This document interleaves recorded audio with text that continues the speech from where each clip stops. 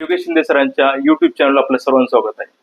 मित्रांनो, आज आपल्यासोबत श्रद्धा अमोल देशपांडे हे कुटुंब आहे. त्यांना 16 वर्षानंतर मुलगी झालेली आहे. अत्यंत आनंदाचा क्षण त्यांच्यासाठी आहे. आपण त्यांच्याच शब्दात त्यांचं मनोगत ऐकूया. सर, माझा आपला पहिला प्रश्न विचारायचा आहे. मी आणि मम्मी हॉस्पिटलची माहिती कशी भेटली आपल्याला? मी आणि मम्मी हॉस्पिटलची माहिती मला माझ्या एका मित्राकडून कळाली. जेव्हा माझ्या मित्राला कळालं की माझी समस्या आहे, तेव्हा त्याने मला सांगितलं की अरे तू योगेश शिंदे सरांना एकदा भेट, नक्कीच तुला त्याचा एक फायदा होईल. आणि मग त्या अनुषंगाने मी योगेश सरांना भेटलो. साधारणतः 1 वर्षापूर्वी माझी योगेश शिंदे सर सरांची काय म्हणाले त्यावेळेस तुम्हाला? सर त्यावेळेस बोलले की ठीक आहे, आपण स्टडी करूयात. आणि त्याच्यानुसार सरांनी काही मेडिसिन मला दिली. अच्छा. आणि तो एक विश्वास निर्माण केला माझ्यामध्ये, जो की नव्हता अगोदर. थोडासा एवढ्या वर्ष Confidence जरा कॉन्फिडन्स कमी झाला होता माझा. खरी मी गोष्ट. पुष्कळशा दवाखान्यामध्ये ऑलरेडी ट्रीटमेंट घेतली होती आणि मला असं वाटत होतं की आता कदाचित काय होईल. पण सर बोलले की डेफिनेटली येस, मी तुम्हाला रिझल्ट आणून देईल, तुम्ही माझ्यावर विश्वास ठेवा. आणि त्या विश्वासावरच आम्हाला आज हे सक्सेस मिळालेले. आता सरांचे 16 वर्ष म्हणजे भरपूर कालावधी आहे. हो, भरपूर तुम्ही कालावधी. एकदम आशा सोडून दिली होती असं? अगदी आशा सोडण्याचा अर्थ काय माहिती का, की मी माझ्या लग्नाला 1 वर्ष झाल्यानंतर ट्रीटमेंट चालू केली होती. आणि 14 वर्ष किंवा 13 वर्षाच्या पुढचा कालावधी मी ट्रीटमेंट घेतली. बरोबर. एवढा संपूर्ण ट्रीटमेंट झाल्यानंतर कुठे ना कुठेतरी एक निराशा निर्माण होतेच. ती कोणाच्याही मनात होती, ती माझ्या मनात निर्माण झाली. सरांनी आशा तुम्हाला दाखवली, विश्वास आणि दिला. मला असं वाटायला लागलं होतं की अरे एवढी ट्रीटमेंट घेऊन, एवढे मेडिसिन घेऊन जर आपल्याला होत नाही तर मग आता काय होणार आहे. बरोबर. ऑलरेडी आपण एवढी ट्रीटमेंट घेतलेली आहे. तर मग सर मला म्हणले की डोंट वरी, आपण एक वेगळ्या पद्धतीने मी ट्रीट करतो. मला असं वाटतं की मला तो प्रॉब्लेम आयडेंटिफाय झालाय आणि मी त्या पद्धतीने करतो. तर मग सरांनी ते केलं आणि यस, हो ना, सरांना yes. यश आलं. आणि नक्कीच मला म्हणजे नुसते सरच नाही, ते त्याचे पूर्ण स्टाफ मेंबर जे आहेत त्यांनी पण तो कॉन्फिडन्स दिला.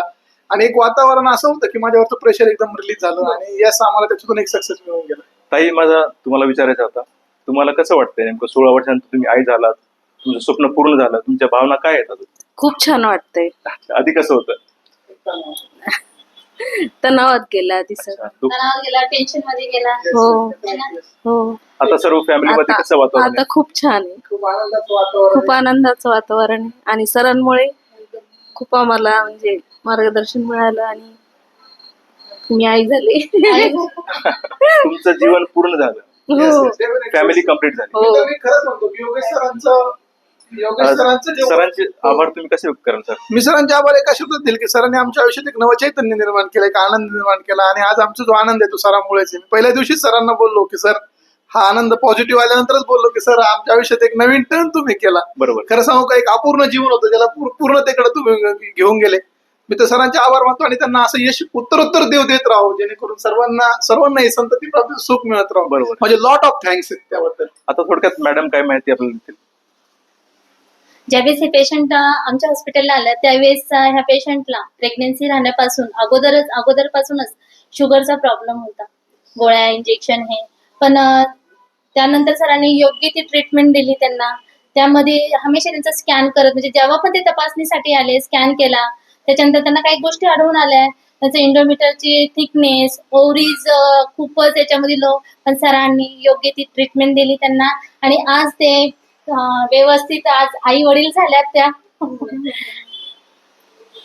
Thank you madam. शेवटी मी आणि मम्मी परिवाराच्या वतीने या कुटुंबाचं धन्यवाद देतो, त्यांना शुभेच्छा देतो. धन्यवाद. Thank you sir, thank you so much.